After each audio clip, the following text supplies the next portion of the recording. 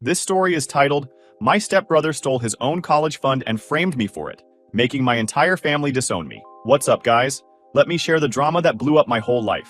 I didn't think I'd ever put this out there, but a friend of mine suggested posting here to see other perspective. So, here goes. My 26 male dad passed away when I was 10. It was rough. Just me and my mom left to figure things out. For those first couple of years, it was like we were in survival mode together. We were close, like best friends. She was my rock, my biggest supporter, and honestly, the only reason I got through losing my dad. Then my mom met that guy named Paul at some work conference, and it was like things went from 0 to 60 overnight. Within 6 months, they were married, and we had a whole new family dynamic. I wasn't thrilled about it, but Paul seemed okay at first. He was polite, kept his distance, and seemed to genuinely make my mom happy. Seeing her smile again after everything we'd been through felt like a good enough reason to give the guy a chance. Paul's son Eric was 10, same age as me, and when he moved in with us, my whole life flipped. From day one, it was clear Eric wasn't down with this new family setup. I get it. Having your parent remarry is a big deal. But Eric wasn't just adjusting. He acted like my mom and I were invaders in his life. It was subtle at first, but it didn't take long to realize this kid was trouble. Eric had this way of making himself look like the victim in every situation. He'd mess up the house and blame me, eat all the snacks I'd saved for later, and then lie about it with the straightest face you've ever seen. He broke a lamp playing tag inside the house and told Paul I'd pushed him. Another time, he ate the leftover birthday cake my mom had saved for me and swore he'd seen me eating it the night before. Every time, Paul believed him without question. To Paul, Eric was the golden boy who could do no wrong. What really pissed me off, though, was how Eric went out of his way to mess with my mom. He'd lie about stuff I supposedly said or did, trying to make her think I was some kind of bully. Alex yelled at me when you weren't home, he'd say. Or, Alex said he doesn't like living here anymore. It was all total BS, but Paul ate it up, and it started to wear on my mom. It reached a point where it started to drive a wedge between Paul and my mom. Every time Paul believed one of Eric's lies, it led to late-night arguments I could hear from my room. But my mom at first had always been my biggest defender, but after a while she started to second-guess herself. She didn't want to fight with Paul, so she'd just tell me to ignore Eric and let it go. Easy to say when you're not the one being blamed for everything. Things got worse as we got older. Eric leveled up from annoying little brother vibes to full-blown chaos. By middle school, he was the type of kid who'd skip class, trash his homework, and blame the teachers for his bad grades. In high school, he found a group of friends who were all about breaking rules and partying. They'd cut school, vandalize stuff, and throw house parties whenever their parents were out of town. And of course, Eric found a way to make me look like I was part of it. If he got caught doing something dumb, he'd say I was the one who started it.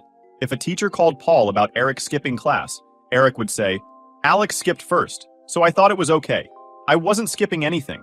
I was either in class or at work at my part-time job at a bookstore. But Paul didn't care about facts. He just wanted to keep his golden boy happy. He'd punish both of us, to be fair, even though I had nothing to do with it. By the time we were juniors in high school, I'd given up trying to clear my name. It didn't matter how much proof I had. Paul always found a way to spin it like I was the bad guy. You're just better at hiding what you do, he'd say. My mom would defend me sometimes, but Paul would shut her down with, you're just biased because he's your son. Over time, she started picking fewer battles, and I couldn't even blame her. The whole house was a war zone, and Paul and Eric had all the power, so I stayed out of their way. I focused on school, worked my part-time job, and spent as much time as I could at my best friend Jake's house. Jake was my safe space. He'd seen Eric's crap firsthand, and was the only person who really understood what I was dealing with. That kid's gonna crash and burn one day, Jake used to say. I hoped he was right, but I didn't think I'd still be around to see it when it happened. Meanwhile, Eric's life was going off the rails. His grades were trash, and he barely graduated high school. He didn't get into any colleges, which pissed Paul off to no end. Not because Eric had screwed up, but because it made Paul look bad. Meanwhile, I got into a solid state school with a partial scholarship. I worked hard for that, and it felt like my one big win. But of course, Eric acted like it was a personal attack on him. You think you're so much better than me now, huh? He'd say, whenever college came up. Must be nice to have everything handed to you.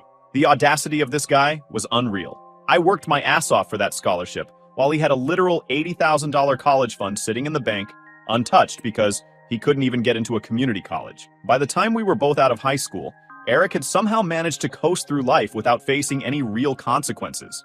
It wasn't because he didn't screw up.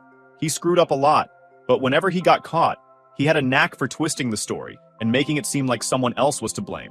And 9 times out of 10, that someone else was me. Let me give you an example of Eric's genius-level manipulation. During his so-called gap year, which was really just an excuse to sit around playing video games and hanging out with his deadbeat friends, Eric decided he wanted to turn over a new leaf. At least, that's what he told Paul and his grandparents.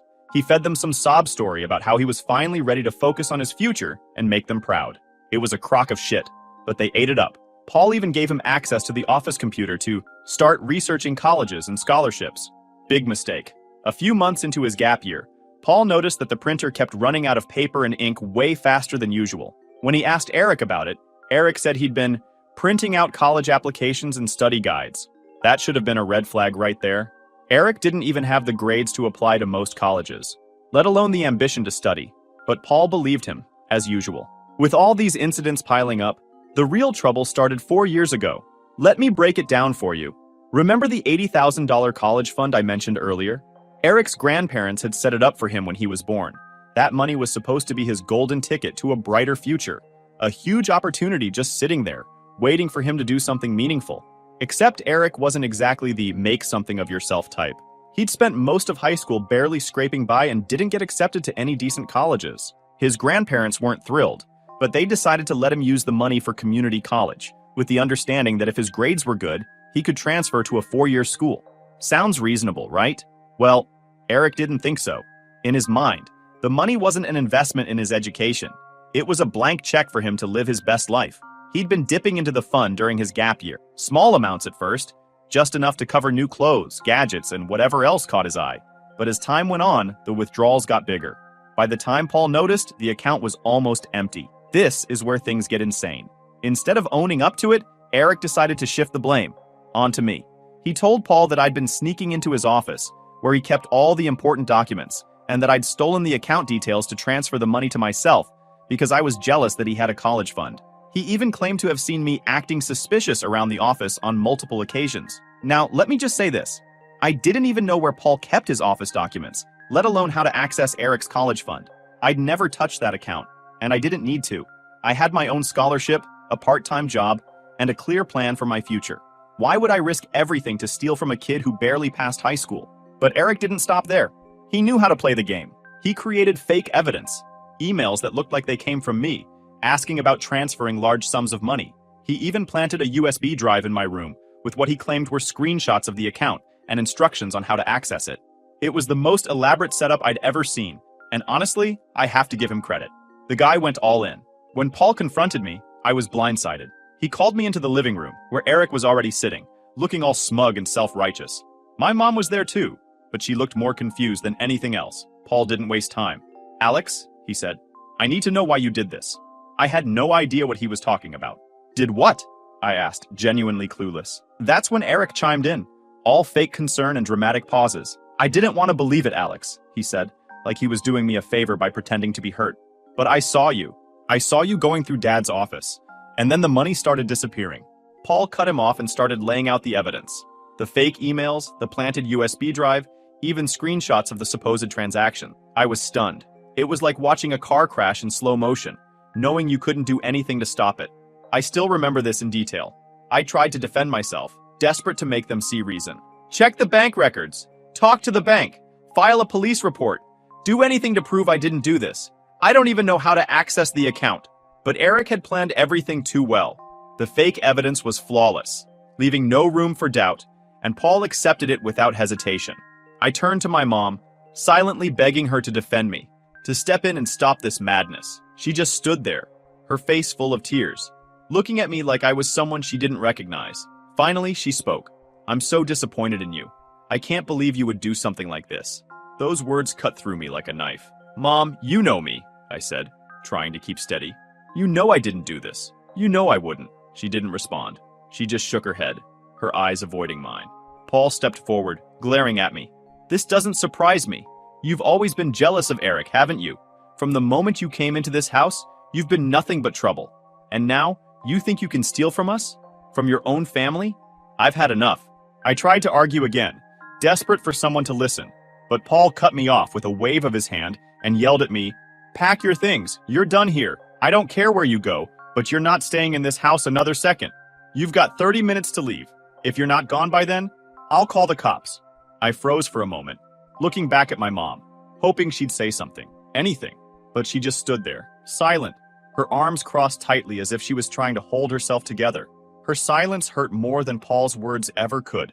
Eric stood off to the side, looking like he was trying to appear upset. "I just can't believe you do this to me," he said, shaking his head like he was the victim.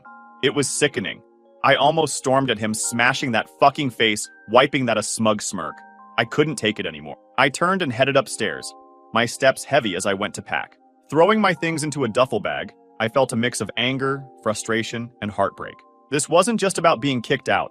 This was about my mom, the one person who was supposed to stand by me, choosing not to. She wasn't saying anything. She wasn't doing anything. She was just letting it happen. When I came back downstairs, Paul was standing by the front door, watching me like a guard, making sure I wouldn't try anything. My mom stood a few steps behind him, her face streaked with tears, but she still didn't say a word. I slung the bag over my shoulder, pausing for a moment as I looked at her, hoping she'd stop this somehow. She didn't. She just stood there, letting it all happen. As I stepped out the door, Eric muttered behind me, "I just can't believe he'd do this." That was it. No one was going to listen. No one was going to stand up for me. I realized then that I was completely on my own. I walked out of that house with a duffel bag, and nowhere to go. I felt like my entire life had been ripped out from under me. I was 22, had just finished college, and was suddenly homeless. My family, the people who were supposed to have my back, had turned on me because of a lie. I had nothing. No home, no support, and no idea what came next. The only thing I knew for sure was that I wasn't going to let Eric or Paul destroy me. Thank God for my best friend, Jake. The second I called him, he told me to come over. I don't know what I would have done without him. Jake had been my rock during all the years of dealing with Eric's crap, and now he was there to help me pick up the pieces. He didn't ask a lot of questions, just handed me a blanket and said, "Stay as long as you need." That first week was rough. I was still working part-time at a bookstore, but my hours barely covered food, let alone rent. I had some savings from my part-time jobs during college, but it wasn't much. Every night, I'd crash on Jake's couch and try not to think about how my own mom had let this happen. Every morning, I'd wake up, head to work, and pretend like everything was fine. But inside, I was a mess. But the worst part was that my mom didn't call. Not once. I tried reaching out a couple of times, but she didn't pick up. Not even once. It didn't take long to figure out that Paul had probably blocked my number. I kept telling myself she'd reach out eventually, but deep down, I started to accept that maybe she wouldn't. It hurt like hell, but I didn't have the luxury of wallowing. I had to figure out how to move forward. After about a month of sleeping on Jake's couch, I got lucky. My manager at the bookstore mentioned an opening for an entry-level IT job at her husband's company.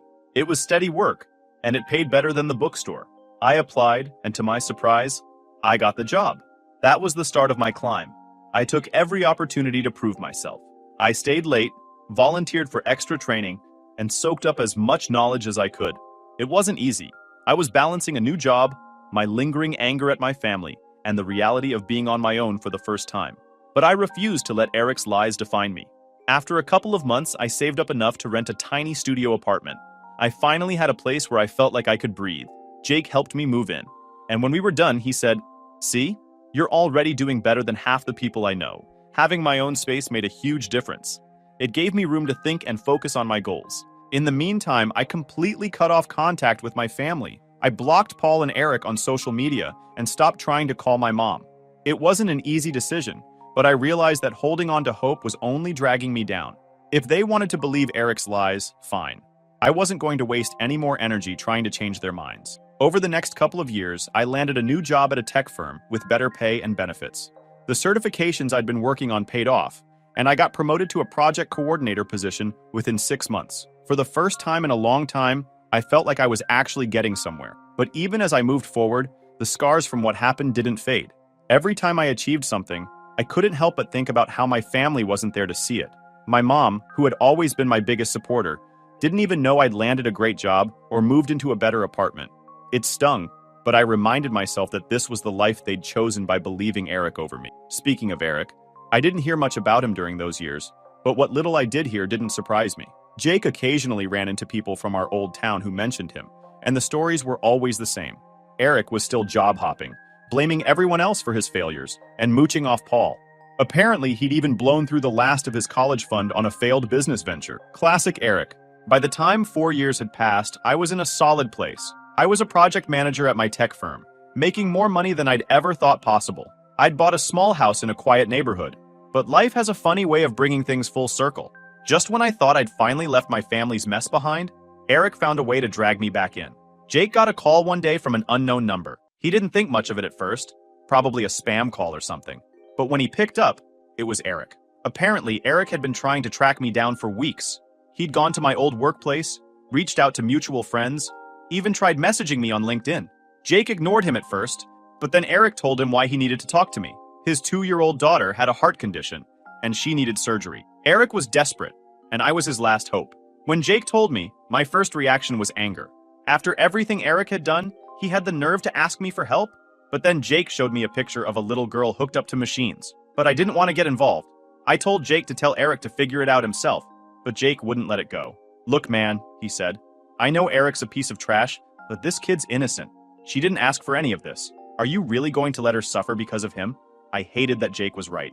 That girl didn't deserve to pay for Eric's mistakes. But if Eric thought I was going to swoop in and save the day without making him face the consequences, he didn't know me as well as he thought.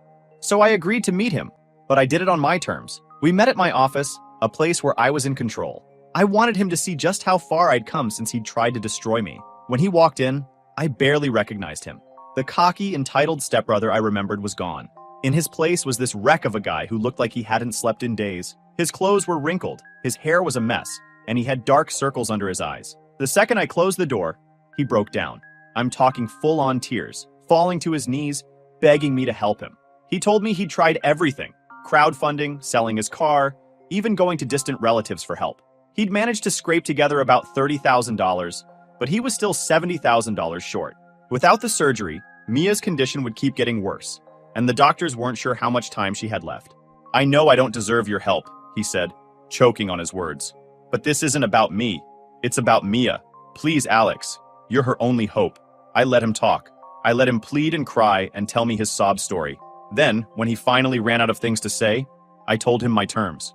If he wanted my help, he had to confess everything to the family. Every lie, every manipulation, every time he'd blamed me for something he'd done. He had to tell the truth about the college fund, how he stole it and framed me, and he had to do it in front of everyone. The color drained from his face. Alex, please, he said. I'll do anything else. I'll pay you back. I'll sign a contract. Just don't make me do that. I didn't budge. No confession, no money, I said. Take it or leave it. He tried to bargain. He begged me to reconsider. He even offered to make a public apology on social media instead of facing the family. But I stood firm. I wasn't interested in his shortcuts or half measures. If he wanted me to help his daughter, he was going to have to take responsibility for what he'd done. After what felt like forever, he finally agreed. Okay, he said. I could barely hear him. I'll do it. I made it clear that I wasn't just taking his word for it. You arrange the family meeting, I said. You tell them the truth, and only after you've done that will I transfer the money. Directly to the hospital, not to you. He nodded, looking like he wanted to crawl into a hole and disappear. As he left, he tried to apologize again. I'm sorry, Alex, he said, for everything. I know I can't take it back, but I want you to know I regret it. I didn't respond. I wasn't interested in his apologies. Words didn't mean anything to me. I'd spent 4 years rebuilding my life from nothing because of his lies, and no amount of sorry was going to change that. After he left, I called Jake to let him know what had happened. Jake thought I was crazy for even considering helping Eric. Dude, the guy ruined your life, he said, and now you're going to bail him out? You're a better person than me, that's for sure. It's not about him, I said. It's about that little girl. She doesn't deserve to pay for his mistakes. Even as I said it, I wasn't sure if that was the whole truth. Yeah, I wanted to help the girl, but part of me also wanted to see Eric squirm. I wanted him to stand in front of the family he'd lied to and admit what he'd done. I wanted them to see the truth about the golden boy they'd chosen over me. Eric texted me a few days later to say he'd set up the meeting for the weekend. Everyone's going to be there, he wrote. Mom, Dad, the grandparents, aunts, uncles, all of them. I couldn't deny the knot in my stomach when I read that message. I hadn't seen any of them since the day Paul kicked me out. But this was my chance to finally clear my name, to get the truth out there once and for all. So here where I am right now, everything keeps replaying in my head. The accusations, the lies, the years of being treated like the scapegoat. I don't know how the family's going to react when Eric confesses. And honestly, I don't care. This isn't about their forgiveness. It's about finally getting the truth out there, for me. I'll let you all know how it goes once it's done. Stay tuned. Final update. Hey guys, so just like I promised, here's the update. So, the family meeting was scheduled for Saturday, and let me tell you, the whole week leading up to it was a mental marathon. It wasn't just about making my stepbrother confess. It was about walking into a room full of people who had believed him over me for 4 years. People who didn't even bother questioning his lies. I have no idea how they're going to react. And honestly, I couldn't care less. This isn't about fixing relationships. It's about getting the closure I've been waiting for. When I pulled up to my mom and Paul's house, I almost didn't get out of the car. It had been 4 years since I'd last been there, and everything about the place felt like a bad memory. The driveway where Paul had yelled at me to leave, the front door my mom didn't stop me from walking out of, it all came flooding back. If it wasn't for Jake sitting in the passenger seat, I might have turned around and left. Are you sure about this? Jake asked. He wasn't trying to stop me, just making sure I was ready. Yeah, I said. Let's get it over with. When we walked in, the house looked exactly the same. Except for one thing, all the photos with me in them were gone. That stung more than I expected. It was like they'd erased me completely, like I'd never even been part of the family. Everyone was already there, packed into the living room. My mom, Paul, Eric, his grandparents, aunts, uncles, you name it.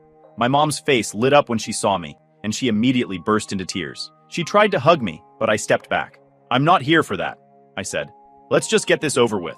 Paul looked uncomfortable, like he didn't know how to react. He opened his mouth to say something, but I cut him off. Don't bother, I said.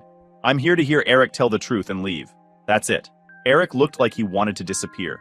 He was sweating, fidgeting, and avoiding eye contact with everyone in the room. Twice he glanced at me like he was hoping I'd change my mind and let him off the hook. I didn't say a word. Finally, after what felt like an eternity, Eric started talking. He stumbled over his words at first, mumbling something about how he'd made mistakes and let everyone down.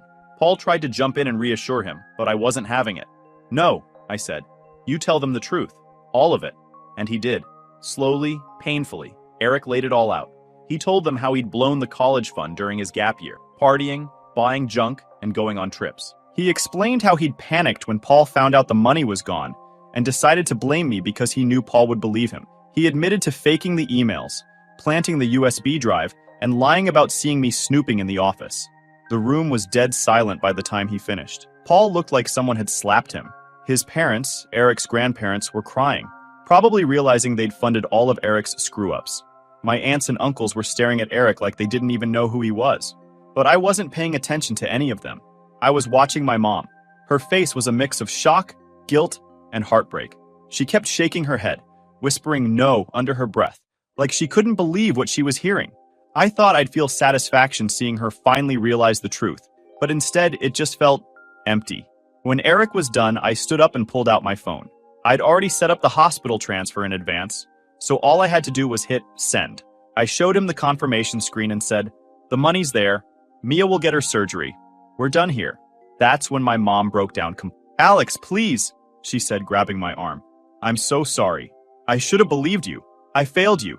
Please don't leave like this." Paul tried to jump in too. "Alex, I don't know what to say. I was wrong. I'll write you a check for double the college fund. Whatever it takes to make this right." Even Eric tried to apologize. He was crying by this point, saying he'd spend the rest of his life trying to make it up to me. "I know I ruined everything," he said, "but thank you for helping Mia. I'll never forget this." I just looked at all of them.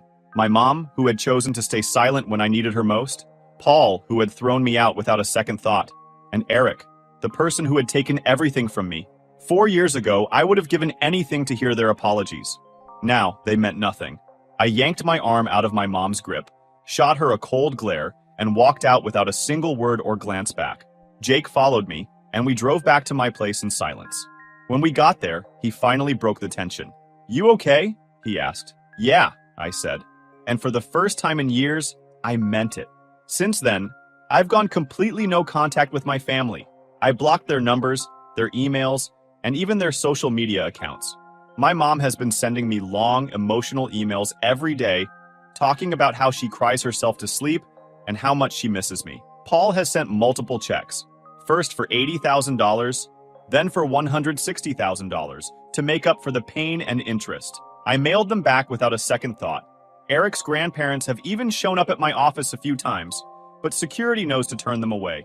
They leave letters saying how sorry they are and how they feel responsible for everything because they'd spoiled Eric and let him get away with too much. I don't care. They believed him when it mattered, and that's all I need to know. I heard through Jake that Mia's surgery was a success.